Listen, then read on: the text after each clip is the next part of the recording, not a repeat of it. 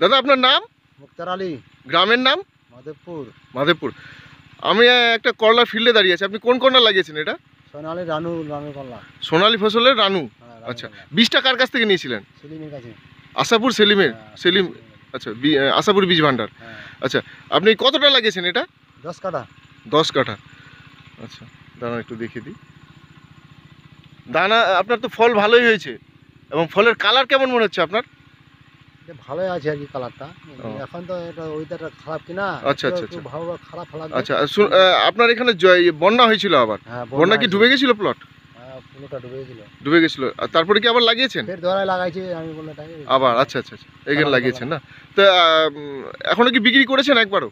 একবার বেচেছি 10 কেজি, এখন বাইরে বেচি 50 কেজি। আচ্ছা, আচ্ছা, আচ্ছা। তো আপনার কালার কেমন লাগছে প্রথমে বলেন? কালারটা দারুণ। কালার ভালো লাগছে? কালার ভালো। আচ্ছা, বাজারে গিয়ে কি বিক্রি করতে কোনো সমস্যা হচ্ছে? এই কলাটা সমস্যা হবে না। সমস্যা হবে না, না?